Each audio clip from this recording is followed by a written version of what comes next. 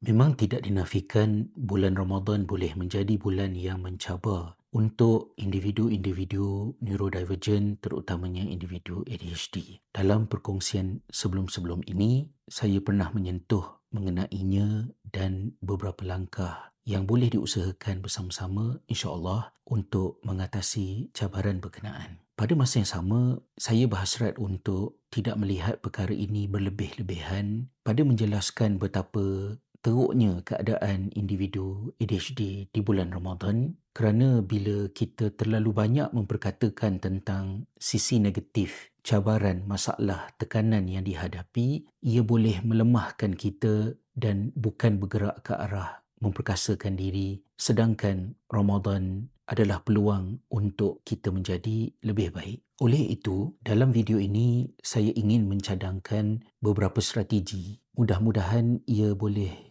menimbulkan kegairahan, kesungguhan kepada mereka yang diuji dengan cabaran ini supaya kita tidak kerugian dengan berlalunya bulan Ramadan tanpa mengambil manfaat daripadanya. Profesor Russell Barkley ada mengingatkan kepada kita masalah yang dihadapi oleh otak individu ADHD ialah apabila minat menjadi pengganti kepada tekad, willpower. Tanpa minat dan ganjaran segera, secara kimianya otak ADHD sukar untuk memulakan satu-satu kerja dan mengekalkan usaha. Maka individu ADHD perlu mengingatkan diri masing-masing bahawa tindakan mendahului motivasi. Kalau gunakan istilah Profesor Russell Barkley, katanya just start. Ramai di kalangan individu ADHD terperangkap apabila mereka menunggu rasa minat dan bermotivasi dan kemudian barulah mula melakukan sesuatu perkara. Sedangkan motivasi seringkali datang selepas kita memulakan satu-satu pekerjaan dan bukan sebelumnya. Teringat saya kepada satu pelajaran yang diambil daripada kisah Ashabul Kahfi apabila Allah memuji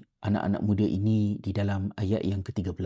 Allah mengatakan bahawa nahnu naqussu 'alaika naba'ahum bil haqq, kami ceritakan kepada kamu mengenai kisah mereka ini sebagai sesuatu yang benar. Innahum fityatun amanu bi rabbihim wa zidnahum huda. Sesungguhnya mereka adalah anak-anak muda yang telah beriman dengan Tuhan mereka, lalu kami tambahkan kepada mereka petunjuk. Ia disambung dalam ayat yang berikutnya, warabatna ala qulubihim, dan selepas daripada itu kami simpulkan pada hati mereka keazaman, lantas mereka bangkit, idh qamu faqalu rabbuna rabbus samawati wal ard, dan mereka mengisytiharkan, mengatakan bahawa sesungguhnya Tuhan kami adalah Tuhan langit dan bumi, lan nad'uwa min dunihi ilaha, kami sekali-kali tidak akan menyembah dan meminta apa-apa daripada selain Tuhan kami. Laqad qulna idzan syatata, dan sesungguhnya andai kami pergi ke arah yang bertentangan, maka sesungguhnya kami telah memperkatakan satu perkara yang amat menyimpang daripada kebenaran. Dalam dua ayat ini, Allah mengatur bahawa kekuatan yang ada pada Ashabul Kahfi, keazaman mereka yang tidak berbelah bagi adalah apabila Allah simpulkan keazaman itu pada hati mereka, dan ini terjadi selepas Allah menambah petunjuk untuk mereka, dan hal ini susulan daripada langkah pertama yang dilakukan oleh anak muda ini terlebih dahulu pada memilih untuk mengimani Allah Subhanahu wa taala. Ringkasnya, langkah itu ialah kita melakukan sesuatu, Allah tambah petunjuk dan Allah kukuhkan ia dalam hati kita. Individu ADHD perlu selalu mengingatkan diri tentang perkara ini agar kita tidak menunggu timbul minat terhadap sesuatu baru kita melakukannya. Kita perlu melakukannya terlebih dahulu dan ekoran daripada itu, minat itu akan datang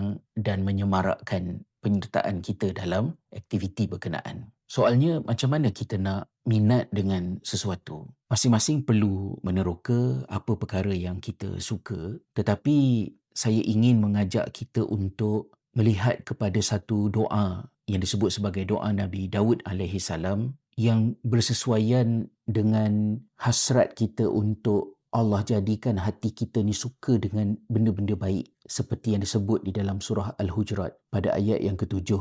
bila Allah Ta'ala sebut وَحَبَّبَ إِلَيْكُمُ الْإِيمَانَ وَزَيَّنَهُ فِي قُلُوبِكُمْ, dan Allah telah menjadikan hati kamu itu suka kepada kebaikan, dan Allah hiaskan hati kamu dengan iman itu, dengan kebaikan daripadanya, dan dijadikan hati berkenaan benci, tidak suka kepada perkara-perkara yang tidak elok. Selain daripada panduan sains, sebagai umat Islam, kita tidak harus lupa bahawa hati kita milik Allah dan amat mudah bagi Allah untuk membolak-balikkan hati kita. Maka mintalah daripada Allah agar hati kita ini suka, cenderung kepada benda-benda yang baik. Doa Nabi Daud yang saya maksudkan itu adalah doa yang diriwayatkan oleh Al-Imam At-Tirmidzi. Kata Nabi SAW, Allahumma inni as'aluka hubbak wa hubba man yuhibbuk wal amal alladhi yuballighuni hubbak. Allahumma ja'al hubbak ahabba ilayya